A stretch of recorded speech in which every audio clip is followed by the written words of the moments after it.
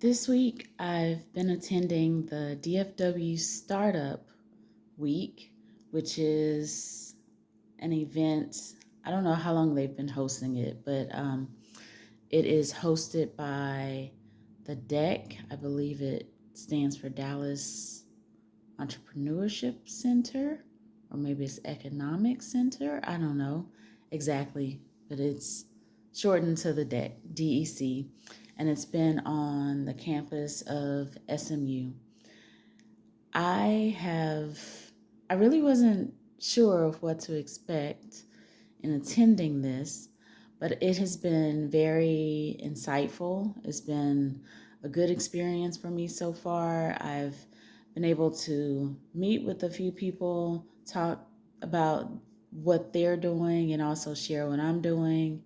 I have some things that I need to research a little bit more.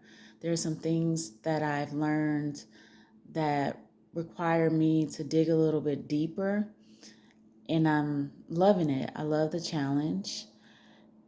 It's been a good reminder for me of what I need to do, but also letting me know that I'm on the right track. There are a lot of good resources out there available. I just have to put the work in and make sure that I am bringing those resources forward and using them the way that I need them to make things come together for my business and for my life.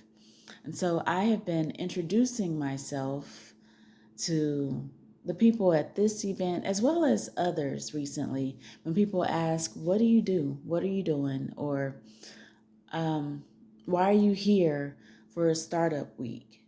What kind of business are you in?" And so my response has been, I am a dementia care educator. And this is something totally new. I don't know if that's a title that other people hold. I don't really care. It's something that resonates with me. And I know that I'm being led in that direction because there are so many needs that need to be addressed for caregivers, for their loved ones. And I know that there is a market for more education, and not just education, not just things that you can read in a book or on a website, but experience, lived experience. And not just that, but also the fact that you can learn something from someone who has been in your shoes, who is going through the same thing, or maybe they experienced it in the past and they want to share some insight. I am not an expert. Well, I'm an expert at caring for my loved one who's living with dementia. And even then, my expertise changes from day to day because it really just depends on what kind of mood she's in and how the progression is going with the disease. So I'm becoming an expert in caring for her. One of the things that I learned recently at a support group is when you care for someone with dementia, you care for that one person, and you know how to care for that person in the way that they need. One dementia, one person living with dementia is one person living with dementia. It's not the same for everybody because people have different personalities, different backgrounds, and so while the way that the brain is impacted might be the same or similar, the way that it comes out is different just because of who that individual is. And so I am I am learning.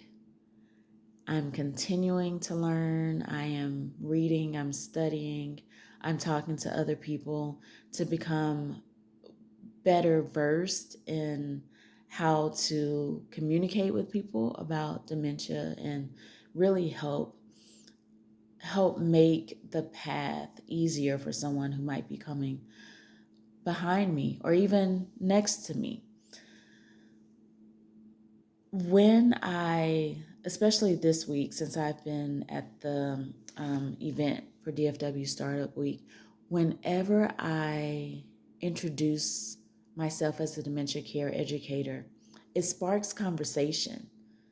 People have opened up to me and said, "Oh, I I've thought about what I need to do for my parents or my loved ones. Maybe they don't have dementia, but I know that I need to I'm going to be their caregiver." Someone told me that today. A woman told me that she was a vendor there, and she said, "I know I'm going to be a caregiver for my parents if the need arises."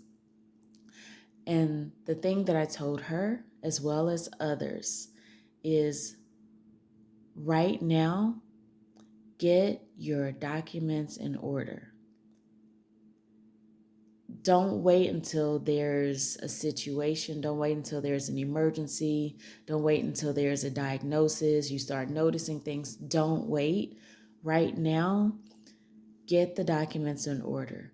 Talk to an estate attorney, an estate planning attorney who can help you with drafting a will, drafting the medical power of attorney, the durable power of attorney, the guardianship, like whatever it is, creating a trust if necessary. Like, get all of those things in place now so that you will be prepared later. It will definitely save you the headaches. It will save some money up front. Well, it will save some money in the long run. Yes, you have to pay up front, but if you don't have those things in place later and there's an emergency situation where maybe you need to go to court or there's something going on, it's going to cost a lot of money to hire an attorney and to go through whatever the process is down the road. So it's really best to do as much as you can right now. And this isn't just about, it's not just about caring for elders, like older parents or whomever it is that we're caring for, seniors. This is also for people my age, for people who are younger. We need to have our documents in order. We need to have things in place because we never know what might happen if there is a car accident or something all of a sudden changes in our lives. We want to make sure that the right people are in place to handle our affairs. Maybe if you're unable to make medical decisions for a while, knowing that there is a person that you want in place who can make those decisions, and they're doing it based on what you have documented and said, this is what I want to happen. This is how I want things to go. And all they have to do is follow that. So that is a piece of advice that I've been sharing with people, and I hope that they take heed to it. One of the things that I definitely know is needed is more education about preparing, not just for, not I don't think you can ever really prepare for being a caregiver or being a dementia care provider or caregiver. It's just like being prepared to be a parent. Yeah, you can read all the books, you can talk to people, they can give you some advice beforehand, but until you are actually in that situation and you are dealing with that specific person, you don't know. You can't exactly say, oh, if I do A, B, and C, then this is going to work because that's what this other person said or that's what the book said. Sometimes you have to experiment. Sometimes you just don't know until you get into that situation. So, as much as possible, you want to prepare, have your documentation in place, um, have the conversations, have those hard conversations beforehand. Because I know that this is very challenging for people to think of. I know a lot of people feel like they are immortal, they're going to live forever. They don't want to think about death. They don't want to think about what what will happen or what could happen.